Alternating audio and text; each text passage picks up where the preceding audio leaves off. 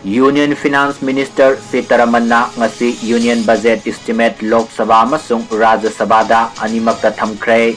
Budget estimate asigi matungina tongan ba polam kayamarum mamal hantaragani aduga income tax thidaba movable asset fongdok taba amasung coil gi matang dadi mamal hengatpagi wafam yauri. Finance Minister na lebak asigi tongan ba mafam singda regional medical tourism hub sing semgatuna malemda India bu analaying gi maruaiba lamtungpam oihanabagi wafam yauri. Medical hub sing asida matam ga sunaba infrastructure laihanbaga loinana tongan ba lebak singdagi laying ba lakpada khodong sanaba thorang lokhatkani. Thaurang asida doctor, nurse, health professional, technician, caregiver amasung support staff punamakta kanaba phangalagani. Finance Minister Nirmala Sitaramanna thangna mapalak suboyna puthokkiba budget estimate ta awang nongpok lamdamgi tongan ba mafamda Buddhist circuit semgatuna foreign tourist sing lakhanaba thaurang lokhatkani. Arunachal Pradesh, Sikkim, Mizoram amasung Tripura da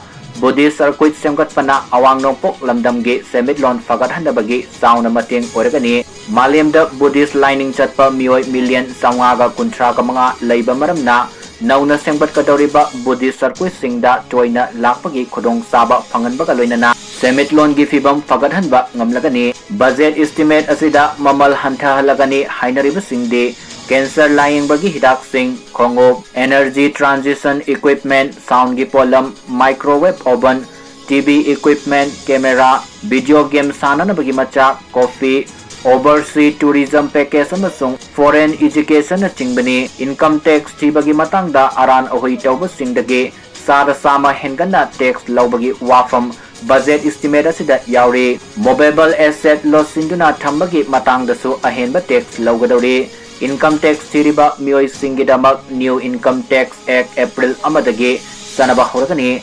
Haujik sanariba income tax act ase kumjali singaniga kungamarigi July da sanahankibani. Anova act asida section yangkai gahumdoi chapter kun gahumdoi amasung schedule taraga taruk yawbaga loinana income tax thibagi mawong matau hena laithok hangadori.